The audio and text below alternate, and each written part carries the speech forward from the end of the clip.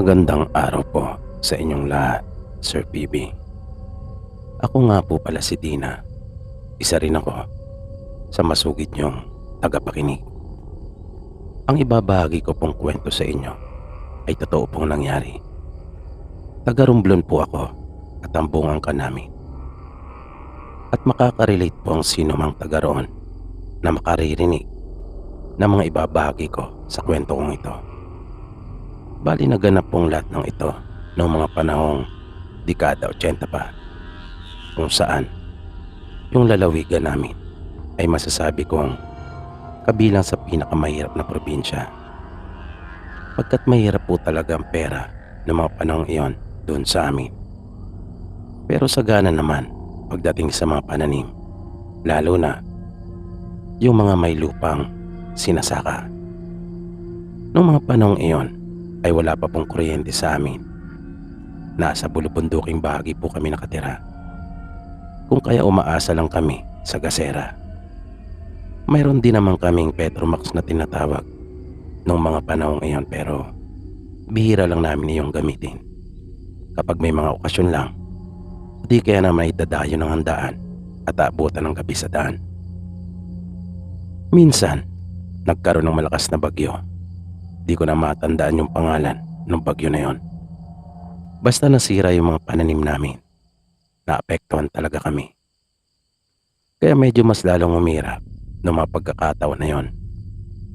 Isang gabi, nang kakain na kami, ay bigla na lang humuni yung aswang. Kaya sinigawan ito ng tatay namin. Sinabihan niya ito na hapita ang asin sa lusong, na ang katumbas sa salitang Tagalog ay daanan daw nito yung asin sa bayuhan ng palay. Iyon po yung lusong na tinatawag sa amin. Maya-maya ay bigla na lang ring nawala yung huni noon.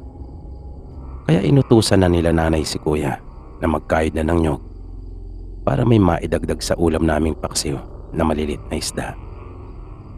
Nang matapos na si kuya ay kanya nang nilagyan ng asin yung kinayod niyang nyog. Pero aksidente namang dumlas yung garapon na lalagyan ng asin, pagkat madulas yung kanyang kamay bunga ng pagkayod niya ng nyog. Sinubukan pa niya iyong saluhin na nagawa naman niya, pero may natapon pa rin. Kaya nagkalat yung mga butil ng asin sa ibabaw ng mesa. Tumayo si nanay, dumukwang siya at kanyang tinabig ng kamay yung mga nasabing butil para mahulog sa ilalim ng mesa namin.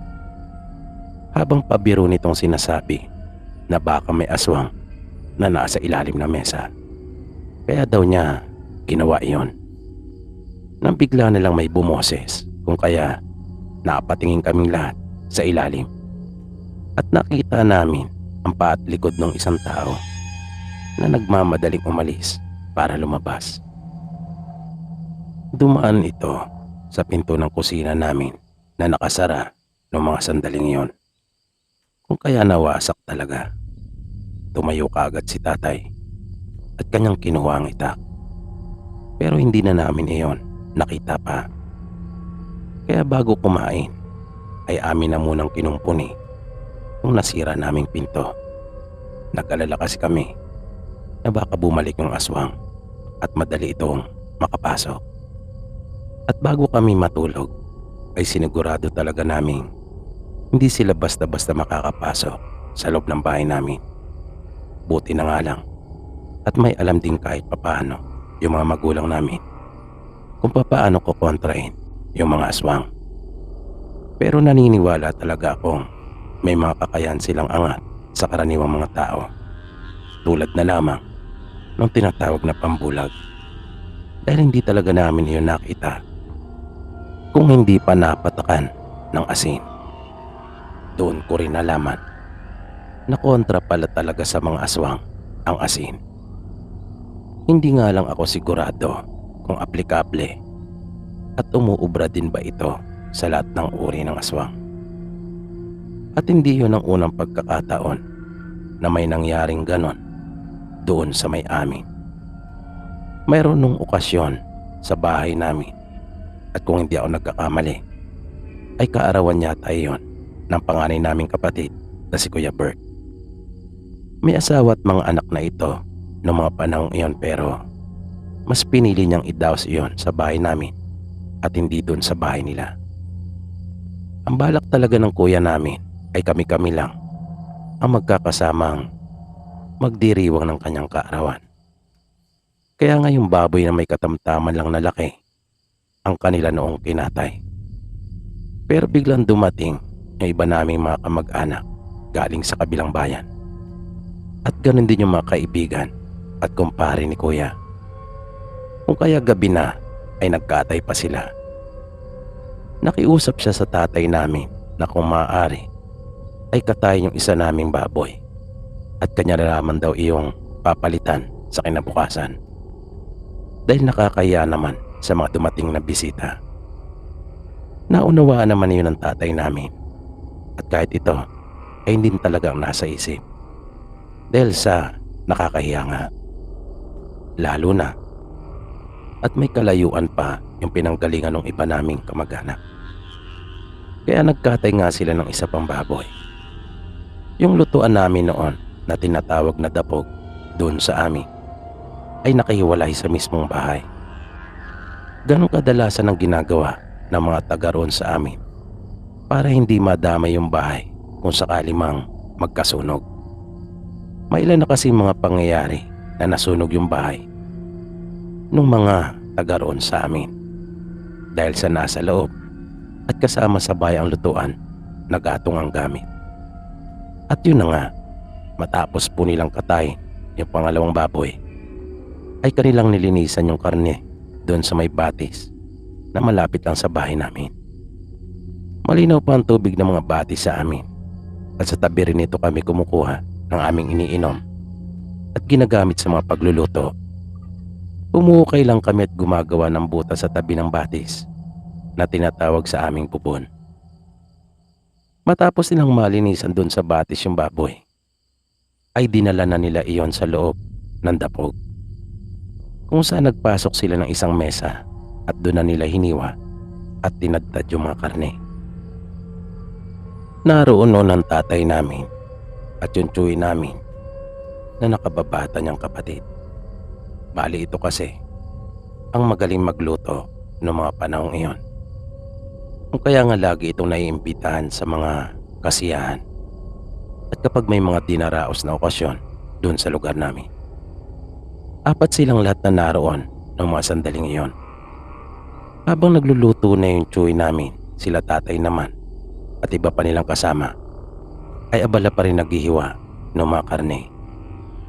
Nang maisalang na ng tsuy namin yung una niyang lulutuin, ay tumulong na rin muna ito sa paghihiwa ng mga karne. Maya-maya ay bigla na lang bumukas ang pinto. Kung kaya napatingin silang lahat doon na inakala kasi nila na mayroong papasok. Pero nang wala naman ay naisip nilang hangin lang pala. Kung kaya inutusan ng tatay namin yung isa nilang kasama na muli yung isara para wala nang dumagdag pa sa loob nang upang sa ganon ay hindi sila sumikip. Makaraan ng may 15 minutos nang babalikan na ng tsuy namin yung kanyang niluluto para tingnan, ay bigla na namang bumukas yung pinto. Kung kaya sinabihan ni tatay yung isang pinsan namin na kasama nilang naroon na kanya na iyong kalangan ng bato para hindi na hinahangin. Pero nagtaka naman daw yung pinsan namin dahil wala naman siyang hangin na nararamdaman. At nang balikan na nga ng tsuy namin yung kanyang niluluto para usisain, ay nagulat siya at nagtaka kung saan na napunta yung mga bitukang kanyang pinakukuluhan. At nang hindi na ito makatiis ay kanyang tinanong sila tatay at iba pa nilang kasamang naroon. Pero maging ang mga ito ay nagtaka sa tsuy namin. Pagkat siya naman mismo nagluluto, siya lang din naman mismo ang naglagay ng mga iyon sa malaking kaldero at nagsalang. At doon na sila napaisip na may kinalaman yung kusang pagbubukas ng pinto. Kinutuban na kagad sila ng masama. Napabulong yung tsuy namin kay tatay at sinabing naasalisihan sila ng aswang. Dahil imposible namang mawala ang mga iyon doon sa kaldero. Wala rin naman silang nakitang aso na pumasok. At kahit pa may nakapasok kung sakali man, ay hindi yun kayang kunin ng aso pagkat malaki at malalim yung kaldero na pinaglalagyan noon. Mabilis silang lumabas ng dapog sa pagbabakasakali na kanila pang makita at mahuli yung aswang. Pero bigo sila dahil sa may pambulag nga marahil yung aswang na nakisali at dumalo sa handaan namin nang hindi iniimbita.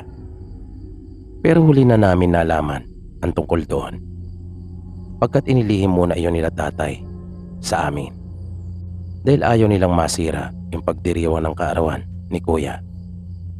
At yan po yung ilan sa mga naranasan namin pagdating sa aswang. Sana po ay inyong nagustuhan. Marami pong salamat.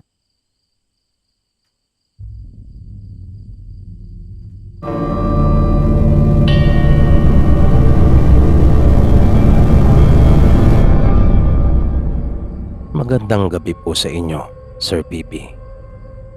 Ang kwentong ibabahagi ko ay totoo pong nangyari. Tungkol ito sa kalugar namin noon na may bansag at taguring tuklaw. Base kasi sa mga usap-usapan noon, ipinanganak ito na may kakambal na ahas. At ito'y nakapaloob sa itlog ng iluwal ng kanilang ina. Pero hindi matigas yung itlog na nakabalot at pinaglagyan niya. Malambot iyon. Ayon na rin sa kumadronang nagpaanak. At itong kanayo namin ay mahilig talagang mag-alaga ng ahas. Palagi ngang may nakakwintas na ahas sa kanyang leeg. Para bang maamo sa kanya ang mga ito at tila nagkakaintindihan sila. Pero parang kulang ito sa pag-iisip. Ngunit nakakausap naman ito ng maayos. Matino naman ito makipag-usap. Mula na magkaisip ako, ay kilala ko na ito sa palayaw niyang tuklaw. Ay hindi ko talaga alam kung ano ang tunay niyang pangalan. Pero kahit may pagkasinto-sinto, yung kababaryo naming ito, ay mabait naman siya at matulungin.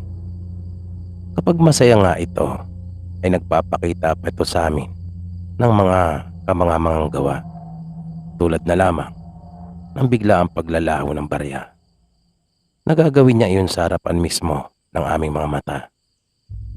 Noong mga panahong iyon, ay wala namang ibang mapagkukunan ng kaalaman hinggil sa mga bagay na ito.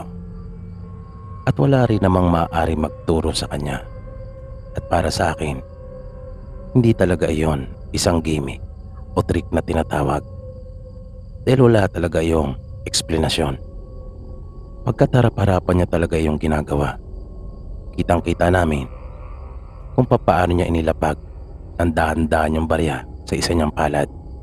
Pagkatapos ay kanyang ikiniyom iyon at itinaob. Nang itihaya niya at buksan ng kanyang palad ay wala na doon ang barya. At kukunin naman niya iyon sa kanyang tenga na natatandaan kong wala naman iyon doon noong una. Dahil napatingin din ako sa mukha niya kaya nakita ko ang tenga niya at wala namang baryang naroon. At imposible din namang hindi niya inilapag talaga yung barya sa isa niyang palad dahil ginawa pa niya iyon ng dahan-dahan. Kaya hindi rin maaring dinampot niya uli iyon. At hindi lang mga ganong kahangahangang gawa ang kaya niyang gawin. Marunong din itong manggamot. Minsan, nasaksihan ko kung papaano itong manggamot. At habang ginagawa niya iyon, ay nagkwento siya.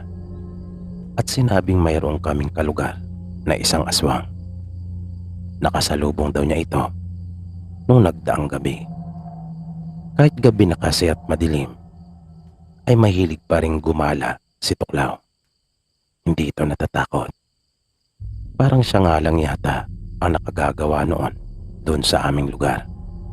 Kwento pa niya, hindi naman siya inatake ng aswang at iniwasan siya. Nang tanungin naman siya ng ibang taong naroon noong mga oras na yon kung sino ang aswang, ay sinabi niyang hindi niya maaring sabihin. Basta mayroon na lang daw kaming kanayon na biglang aalis at lilipat sa ibang lugar.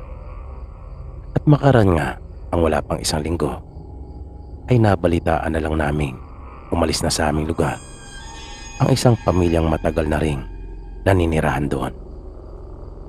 Kaya kilala sila sa aming lugar na sa palagay namin ay hindi likas na aswang kundi nahawaan lamang. Dahil wala namang kami nababalitaan noong una na may layang aswang ang pamilya na yon. At hindi lang aswang ang nagawa niyang mapalayas mula doon sa amin. Pati yung batikang mangkukulam na doon pala sa amin nagtatago at naglulungga ay kanya ring napaalis. Hindi namin alam kung anong ginagawa niya, pero masasabi kong malakas talaga yung kanayo namin, na hindi mo nga talaga maaaring husgahan ang isang tao sa panlapas na anyo nito, dahil walang wala talaga sa kanyang itsura ang pagiging isang manggagamot. At yan lang po, Sir PB, ang nais ko pong ibahaging kwento ng kababalagan sa inyo. Sana po ay magawa nyo rin maibahagi sa inyo pong mga tagapakinig.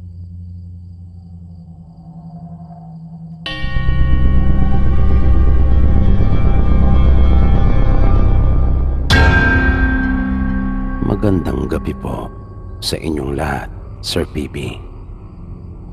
Tawagin mo na lang po ako sa Palayaw na Rod.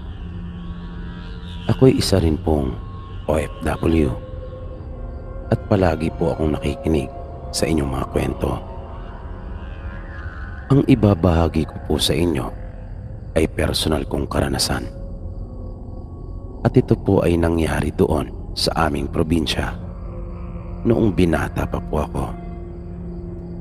Sa lugar po namin noon ay may napapabalitang aswang na gumagala tuwing gabi. Ang sabi ng iba, dayo lamang ang aswang sa aming lugar. Habang yung iba naman ay sinasabing taga roon mismo sa aming lugar yung nasabing aswang. Ngunit hindi naman nila matukoy kung sino ito sa aming mga kababaryo. Madalas noon magpunta sa bahay namin ang nakatatandang kapatid ni tatay, dahil nadaraanan nito ang bahay namin papunta sa bukid na kanyang sinasaka. Kung kaya pagkatapos ng mga gawain nito sa hapon ay dumaraan siya sa bahay namin at nag-iinuman sila ni tatay ng tuba. May mga puno kasi si tatay noon na kanyang pinagkukunan ng nasabing inumin. At hindi niya ito ibinibenta. Pang sarili lang, ika nga. At yung iba naman ay ginagawa naming suka para sa aming mga lutuin. Minsan, nang dumaang muli ang kuya ni tatay na si Uncle Teddy doon sa bahay namin, ay nag-inuman sila at nagkasarapan. At dahil sa konti lamang ang tuba ni tatay noon, kung kaya kapwa sila nabitin. Kasalukuyan ako noong abala sa mga takdang arling ko sa paaralan, pero kinailangan ko munang itigil nang kanila akong tawagin at utusan. Pinabili nila ako ng tuba. Madilim na noong mga oras na iyon, kaya nagdala ako ng flashlight dahil wala pang kuryente sa amin noong mga panahong iyon. Sa bundok kasi kami nakatira, pero medyo maliwanag noon ang buwan. May kalayuan din ang kailangan ko pang lakarin bago makarating sa bahay nila Mang Ador.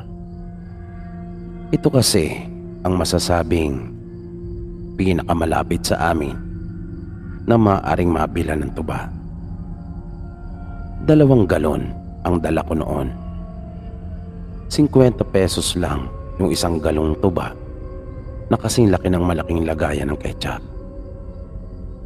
Nang naglalakad na ako, ay naramdaman ko kaagad ang malamig na simoy ng hangin.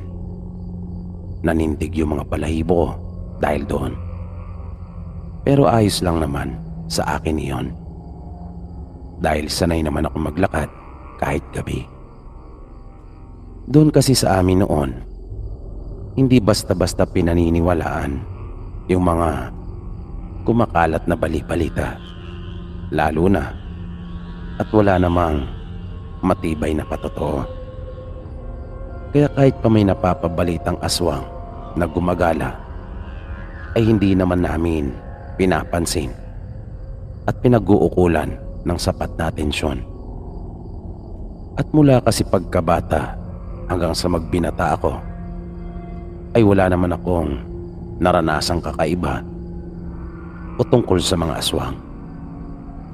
Kaya baliwala lang talaga sa akin at hindi ako naniniwala. Pagdating ko kanila Mang Ador, ay agad akong tumawag at sinabi ko ang aking pakay. Lumabas naman ang panganay na anak nito at inabot yung dala kong mga galon. Makara ng ilang saglit ay lumabas na uli ito at iniabot na sa akin yung mga galon na mayroon ng laman. Ang pinagtatakan ko ay bakit parang halos ayaw nitong ibuka yung kanilang pintuan. Para bang mayroon siyang itinatago, na para bang mayroon siyang iniingatan na baka aking makita. At may naamoy akong napakalansa. Pero nanahimik lang ako at hindi ko naman sinabi sa anak ni Mang Ador yung tungkol sa mga bagay na naobserbahan ko. Iniabot ko na rin sa kanya yung aking bayad at tumalikod na ako. Maganda ang panganay na anak ni Mang Ador at halos kaidaran ko lang ito. Kaya bago ko tuluyang nilisan yung kanilang bakuran, ay minsan pa akong lumingon para sulyapan siya. At natuwa ako dahil naroon pa siya at nakatayo. Pero kasabay noon ay nagulat din ako dahil bagya na lang at kakaunti ang pagkakabukas ng pinto. Nakasilip siya at napakatalim ng kanyang pagkakatitig sa akin. Hanggang sa bigla na lang kumislap ang kanyang mga mata, sabay salya sa kanilang pintuan. Nakaramdam akong bigla ng matinding kaba. Kaya nagmadali na ako. Pero mas nakakatakot pa yung mga sumunod na nangyari. Dahil nararamdaman ko na para bang may mabilis na dumaraan sa ibabaw ng aking ulo. At nang mapatingala ako, ay nakita ko pa yung paggalaw ng mga sanga at dahon ng mga punong nasa tabi ng daanan. At nakarinig na ako ng mga paguni. Nung una, ang buong akala ko pa nga ay huni lamang iyon ng mga kwago dahil nakakahawig ang tunog noon. Naririnig ko iyon ng malakas. Pero habang tumatagal ay napapansin kong humihina na iyon. At doon ko na rin napansin yung pagkakaiba ng tunog na iyon sa huni ng mga ibon doon sa aming probinsya. Hanggang sa bigla kong naalala yung kwento sa amin ng lolo ko na ang aswang kapag malayo ay malakas ang huni nito, pero kapag malapit ay mahina. Dahil doon, kung kaya mas binilisan ko pa. Iba na rin ang nararamdaman ko noong mga oras na iyon. Nagtatayuan na yung mga balahibo ko sa katawan. Parang gusto ko nang tumakbo. Hanggang sa yung napapansin ko na nasa ibabaw ng aking ulo ay nararamdaman ko ng kumikilos sa gilid ko. Nagpapalipat-lipat ito sa magkabila kong gilid. Kung minsan, nasa gawi ko itong kanan. At sa isang iglap, bigla ko naman itong mararamdaman na nasa gawi ko ng kaliwa. Kaya hindi na talaga ako nagdalawang isip pa na tumakbo. Noon lang ako nakaramdam ng ganong katinding takot sa buong buhay ko. Noon lang po talaga ako natakot ng sobra. Lalo na nang bigla na lang unti-unting kumupas yung liwanag ng buwan. At yung flashlight ko ay hindi pa kagad umilaw nang akin itong buksan. Nabitawan ko pa nga ito kung kaya nangapa pa ako sa dilim. Nang madampot ko na ito ay puno na ng lupa. At doon pa lang ito nagliwanag. Nagmistulan akong isang kabayo na may tapa-oo nang makita ko ng daan. Mabilis ko na talaga iyong tinakbo. Walang lingon-lingon. Natakot din kasi ako na baka nakasunod na yung aswang sa akin. At ayokong makita kung anong itsura nito. Dahil sa sobrang takot ko, malayo pa ako sa bahay namin, ay talaga namang sumisigaw na ako at humingi ng tulong. Kung kaya, sinalubong naman ako nila tatay. Nang makapasok ako ng bahay, ay maluwa-luwa talaga ako dahil sa tindi ng takot na aking naramdaman. Napansin ko pa ngang nanginginig yung aking mga kalamnan dahil sa matinding kaba. Sinabi ko kanila tatay yung mga napansin ko. Inala ko ay sila Mang Ador, yung napapabalitang aswang na gumagala sa lugar namin. Pero hindi ako pinaniwalaan nila tatay dahil matagal na raw nilang kakilala ang mga ito mula pa sa kanilang mga magulang. Dahil tulad ng pamilya nila tatay ay lehitimong mga taga roon din sila sa amin. At ni minsan ay hindi naman daw sila nakarinig ng kahit anumang balita na nagsasabing may laing aswang ang kanilang pamilya. Pero nalantad din ang sikreto nila Mang Ador nang mahuli ito sa isang handaan na nilalawayan ng isang kawa na naglalaman ng isang putahe para sa nasabing okasyon. Nawalan kasi ng bisa yung pambulag nito dahil sa laranga na inilagay sa nasabing lutuin. Laranga po ang tawag ng kalamansi sa aming probinsya.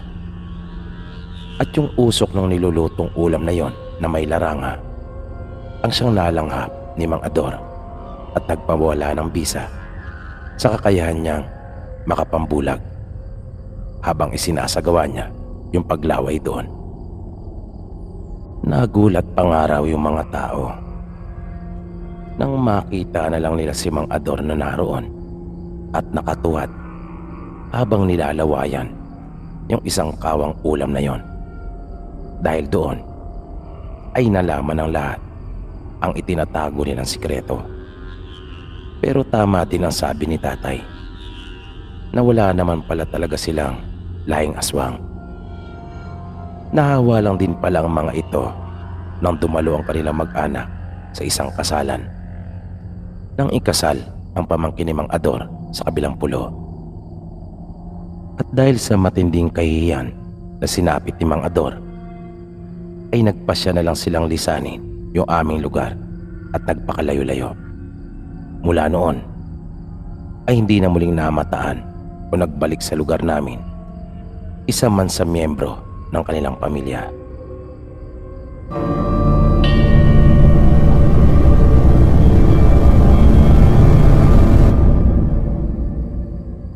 Magandang gabi po sa inyo, Sir PB. Itago mo na lang po ako sa pangalang Mel. Isa po akong guro sa pampublikong paaralan. At ang ibabahagi kong kwento ay may kinalaman sa aking trabaho. Noong magtatatlong taon na po ako nagtuturo ay nagkaroon ng konstruksyon sa paaralan na aking pinapasukan. Dadagdagan ng isang gusali dahil sa kakulangan ng mga silid-aralan. Yung ginagawang bagong gusali ay katapat mismo ng bintana ng aking silid. At madalas ay sumisilip ako doon.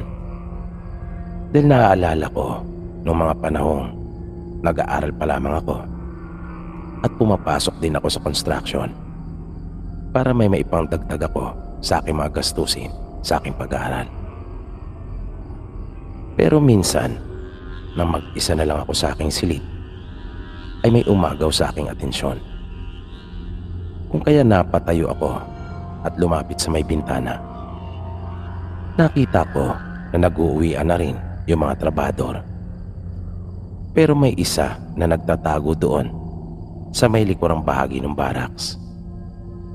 Ang tingin ko pa nga nung una ay isa iyong palaboy dahil sa kanyang ayos. At nang nakauwi na ang karamihan sa mga trabador, ay tsaka ito kumilos. Bigla itong umayos na parang aso at tsaka isinubsob yung kanyang mukha sa lupa. Kaya nagtaka ako kung ano yung ginagawa ng taong grasa.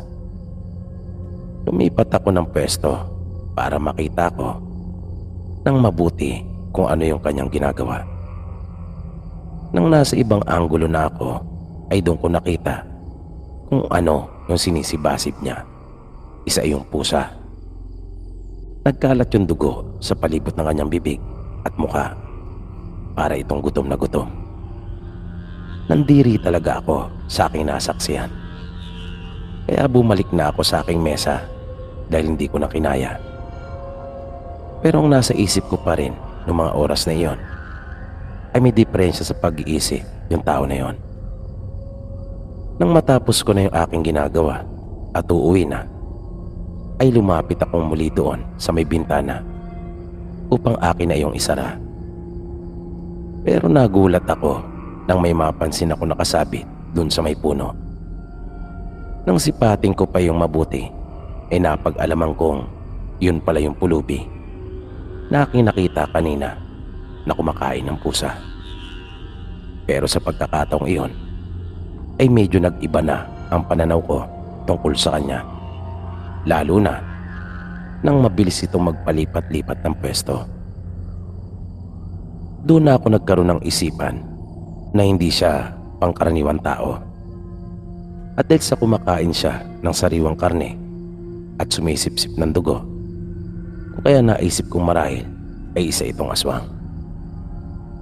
At iyon din ang naging paniniwala nung isa sa mga nagtatrabaho doon. Dahil bigla na lang itong sumigaw ng aswang-aswang na kanina pa pala niya pinagmamasdan rin yung nakikita ko. At di nagtagal ay nagsilabasa na ang iba pa niya mga kasama at kanya-kanya silang kuha ng anumang bagay na maaari nilang gamiting armas laban doon sa aswang. Pero mabilis yung naglaho matapos na dumako sa madilim na bahagi. Ngunit mula noon ay hindi ko naman na nakita pang muli yung nilalang na yon. Yung insidente na iyon ay hindi na muling naulit pa.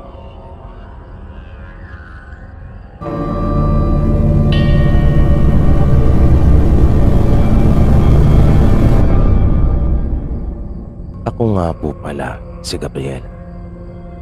At nais ko lang po sanang ibahagi yung mga naranasan kong kababalagan at katatakutan. Ang lahat po ng sasabihin ko ay totoo pong nangyari. Ito po ay hangong lahat sa totoong buhay. Ito po ay mga pangyayari sa aking buhay mula pa noon hanggang ngayon. Nagsimula po ang lahat ng ito noong ako po ay bata pa lamang. Ipinanganak po ako sa Surigao, pero kalaunan ay lumipat po kami ng Leyte. Kung kaya, doon na po ako lumaki. Kwento sa akin ng mga magulang ko, nang ako po ay panganak, ay nahirapan talaga ang mama ko at muntik na siyang mamatay. Kaya naman nata po talaga noon ang lolo at lola ko na kanila po akong inihiling at ipinakiusap na ako po ay ibigay sa kanila at maisilang ng maayos, na natupad naman ang kanilang kahilingan. Nang umidad na ako ng 3 taong gulang, ay doon na nagsimula ang mga kababalagan sa aking buhay. Minsan kasi, habang pinapakain ako ng mama ko, ay bigla na lang umano kong nawala. Minalugog na nila ang buong bahay sa paghahanap sa akin. Ngunit hindi talaga nila ako nakita. Pero nang dinilaan ako ng alaga naming aso, ay saka pa lang nila ako nakita na naroon lang din at nakadapa sa sahig. Halos mahimatay na noon ang nanay ko dahil sa kakaiyak, kakahanap sa akin. Pero nagulat sila nang malamang naroon lang din ako. Lubha silang nagtaka kung paanong nangyari iyon, na ang dami na nilang naghahanap noon sa akin. Pero kung hindi pa ako dinilaan ng alaga naming aso, ay walang sino man sa kanila ang makakakita sa akin.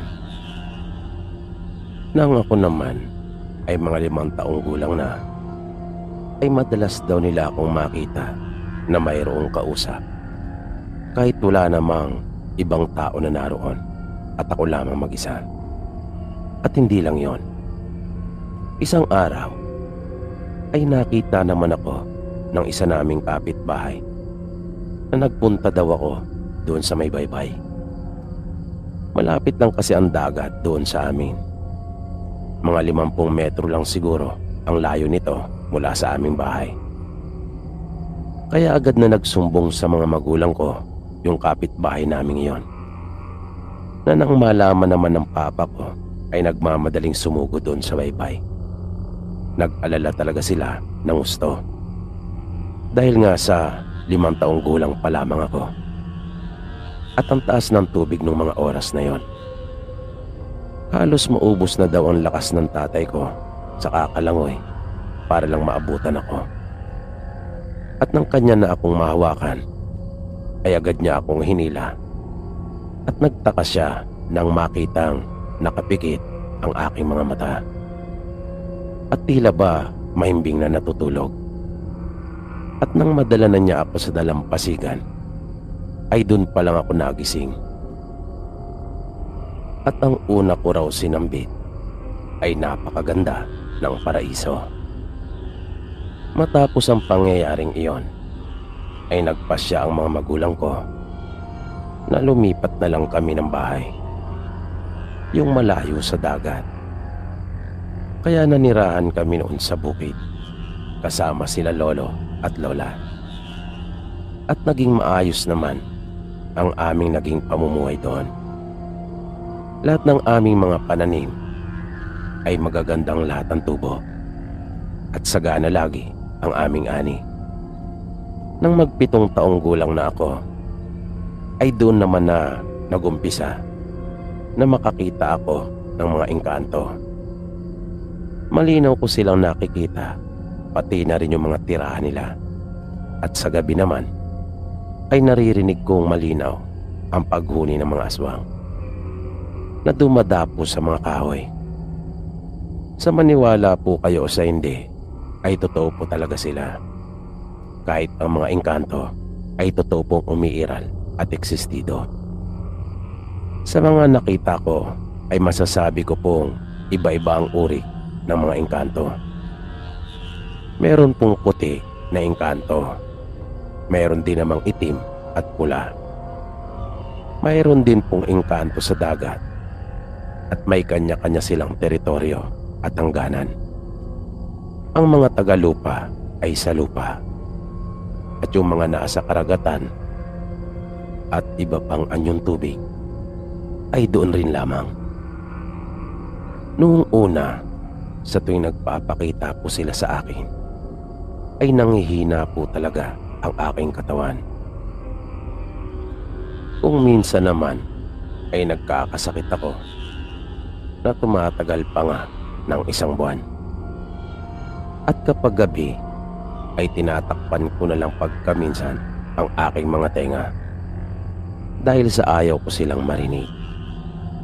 Hanggang sa ako ay mag-high school na. Kaya nagpasya sila papa noon na manirahan na kami sa lungsod. Kapag nasa paaralan ako, inaakala pa nga ng mga kaklase ko na ako ay laging nawawala sa sarili dahil nakikita nila akong tulala. Pero ang hindi nila alam, nakikita ko kasi yung mga engkanto, maging yung mga ligaw na kaluluwa sa loob at labas ng aming paaralan, na madalas ay naabala talaga ako sa aking pag-aaral.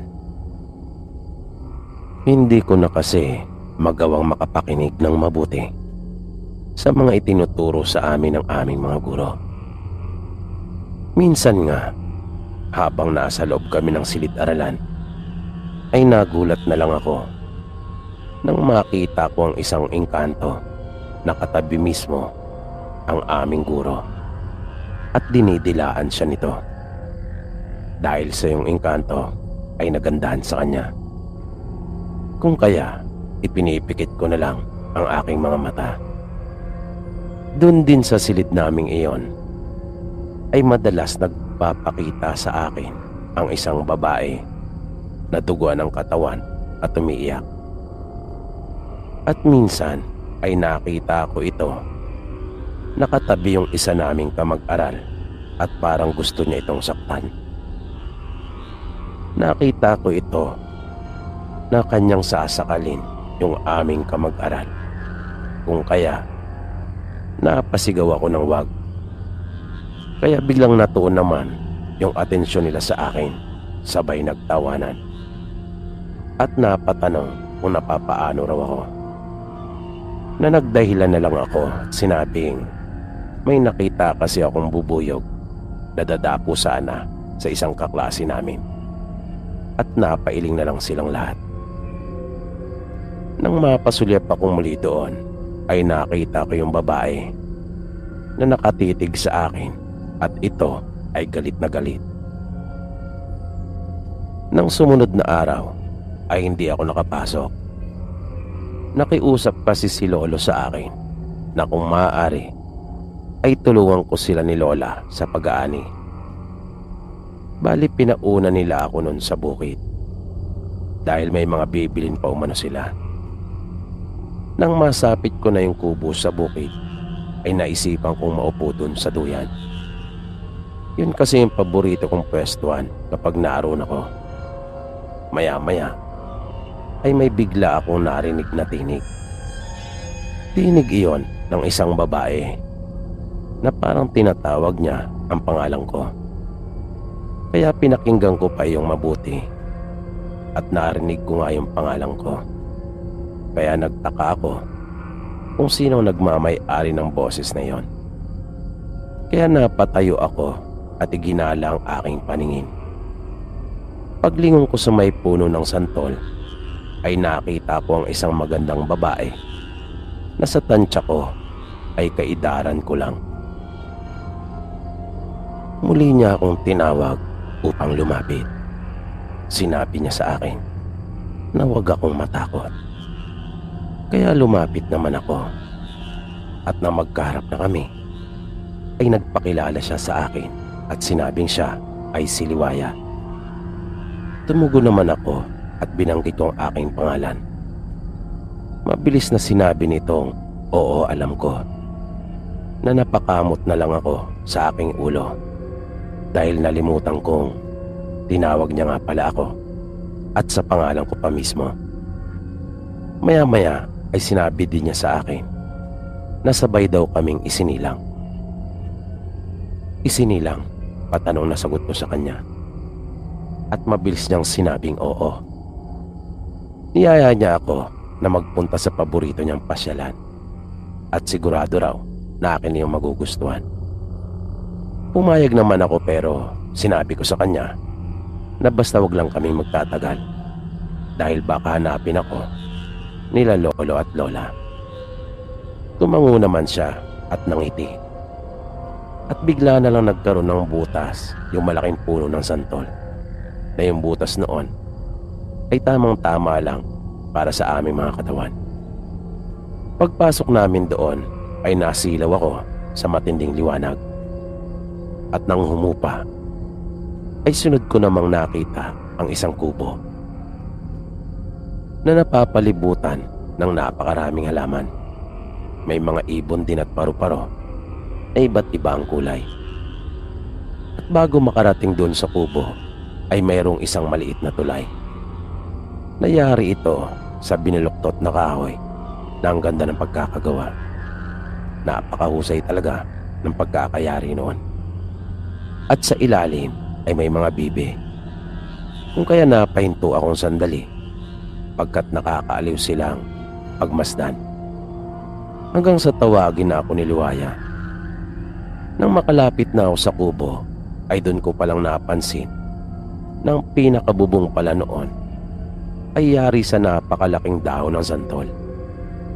At yung mga dingding noon ay yari naman sa mga balat ng kahoy na ang ganda rin talaga ng pagkakayari at pagkakasalansan. At may mga prutas pa na malapit nandun sa kubo na ang mga puno noon ay mataas lang sa akin ang bagya. Pero mga hitik sa bunga na namangha talaga ako. Hanggang sa magulat na lang ako nang bigla akong kalabitin ni Liwaya at sinabi niyang pansinin ko naman raw siya. Tinanong ko siya kung nasaan ang kanyang mga magulang. Hindi siya kaagad nakasagot na ang akala ko pa nga ay hindi niya ako narinig. Kung kaya inulit kong muli ang tanong at sumagot na rin siya. Sabi niya sa akin, wala daw roon ang mga magulang niya. May mga gawain daw ang mga ito at lubang abala. Ang tatay daw niya ay gumagawa ng bahay habang yung nanay naman niya ay isa umanong mananahin ng damit. Nalabis ko iyong ipinagtaka dahil magkatulad sila ng trabaho ng mga magulang ko. Napasarap ang aming pagkukwentuhan na muntik ko na talagang makalimutang umuwi. Masyado akong nawili na napansin kong parang hindi yata lumulubog ang araw doon. At nang humingi ako ng isang bayabas para kainin sana habang nasa daan, ay tsaka na lang daw kapag gusto ko na raw na manatili doon. At tumango na lang ako. Nang bigla kong maalala sila lolo at lola ay hiniling ko na sa kanya na iuwi na ako. At ako ay babalik na lang sa susunod. Bigla siyang nalungkot. Napansin ko iyon sa kanyang mga mata. Hinawakan ko siya sa isang kamay. Tapos hinawakan ko rin siya sa baba at iniangat ko ang kanyang mukha. Nginitian ko siya at nangiti na rin ito. Sabay sabing, sige, ihatid na kita. Basta kapag gusto ko raw bumalik doon, ay tawagin ko lang ang kanyang pangalan. Pinapasok niya akong muli doon sa butas sa may puno. Paglabas ko mula roon, ay nagulat ako. Pagkat gabing-gabi na, di talaga ako makapaniwala. Dahil parang ang bilis lang naman namin doon. At dahil sa malayo pa ang lalakarin ko, kung kaya kinuha ko yung isang ilawan doon sa loob ng kubo. Madilim na noon kung kaya kailangan ko ng pang-ilaw sa daan. Naisip ko rin noon na matulog na lang doon sa kubo. Kaya lang, baka kasi nag-aalala na sila sa akin kung bakit wala pa ako. Kung kaya, kailangan ko talagang magpakita sa kanila. Kaya matyaga akong binaybay yung daan pauwi sa amin. Pero hindi pa ako nangangalate. Ay naramdaman ko ng parang may sumusunod na sa akin. Na kapag akin naman iyong lilingunin, ay wala naman akong nakikita. Sa di kalayuan ay may nakita akong isang malaking puno ng mangga na nasa may gilid ng daan. At kapansin-pansin na parang lumiliit at kumikipot yung daan habang papalapit ako ng papalapit sa nasabing puno. Parang kumikitid yung nilalakaran ko. At parang hindi ko naman nadaanan yung parteng iyon. At yung apoy sa aking ilawan ay unti-unti na rin pumipirot, na may pagkakataon pa ngang para talaga iyong hinihipan dahil wala namang hangin. Buti na nga lang at naagapan ko kagad ito ng aking kamay. At dahil sa mga pangyayaring iyon, kung kaya medyo kinilabutan na ako. Pero nagpatuloy pa rin ako sa paglakad. At nung nasa tapat na ako mismo nung puno ng mangga, ay may nakita naman akong isang tao na napakaitim. Na bahagyang nakayuko ang ulo nito sa lupa. Mabalahibo ang kanyang katawan. At napakahaba ng kanyang mga kuko. Napaatras ako at babalik na lang sana, nang bigla nitong iniangat ang kanyang ulo at biglang humarap sa akin. Nagulat talaga ako dahil sa itsura nitong nakakatakot. Mahaba ang kanyang mga ngipin at tumutulo pa ang dugo sa kanyang bibig. At nabigla talaga ako sa sunod na nangyari. Bigla lang ako nitong sinunggaban at kinubabawan. At dahil sa lakas niya ay nagkasugat-sugat talaga ang mga braso ko, dahil na rin sa haba ng kanyang mga kuko. Ngunit pinilit ko pa rin iwasan ang kanyang pagkagat sa akin. At nang tuluyan na akong makaramdam ng panghihina at bibigay na, ay nagpaubaya na lang ako. Naisip ko na lang na bahala na. Na akin na lang tinanggap yung masaklap na kapalaran kong iyon. Ipinikit ko na lang ang aking mga mata. Hanggang sa maalala kong bigla ang mga magulang ko. Kung kaya, para akong biglang natauhan at naimasmasan. Nang idilat ko ang aking mga mata, ay nakita ko ang pinagpira-pirasong katawan ng aswang. At bakit napakasukal ng kinaroroonan ko, na naisip kong baka may nagligaw talaga sa akin. At nang may maramdaman ako, ay bigla akong napalingon. At nagulat ako nang makita kong naroon si Liwaya. Sinabi niya sa akin na kailangan ko na raw umuwi, na matagal na pala ako nakatulog doon sa lupa. At nang tumayo ako, ay bigla na ring nawala si Liwaya. Mabilis na ako naglakad at hinanap ko yung daan pabalik sa amin. Naramdaman kong medyo masakit pa ang katawan ko. Halos may kalahating oras din ako naglakad hanggang sa matanaw ko na yung kalsada, kasabay ng pagsikat ng araw. Napansin kong may mga dahon nakakabit sa mga braso ko. Nagtaka ako kung bakit mayroon ako noon, kaya akin iyong tinanggal. At nang maalis ko ng lahat iyon, ay nakapagtatakang pati ang mga sugat ko ay nawala na ring lahat. Kahit bakas ay wala akong nakita. Naisip ko na lang na baka ginamot ako ni Liwaya noong mga panahong nawalan ako ng malay. Pagdating ko sa amin ay alalang-alala ang mga magulang ko sa akin. Saan raw ba ako nagpunta? Pero dahil sa likas na mababait talaga ang mga magulang ko, kung kaya sa halip na pagalitan ako, ay kanila akong hinandaan ng pagkain at baka raw nagugutom na ako. Habang kumakain ay naaalala ko si Liwaya, lalong-lalo na yung maamo nitong mukha at yung lugar na aming pinuntahan. Dito po pansamantalang nagtatapos ang ating programa. At sana po'y inyong nagustuhan ang kwentong ating itinampok sa pagkakataong ito. Sana po ay patuloy niyo pang subaybayan ang mga susunod pa nating kwento. Maraming salamat po at hanggang sa muli.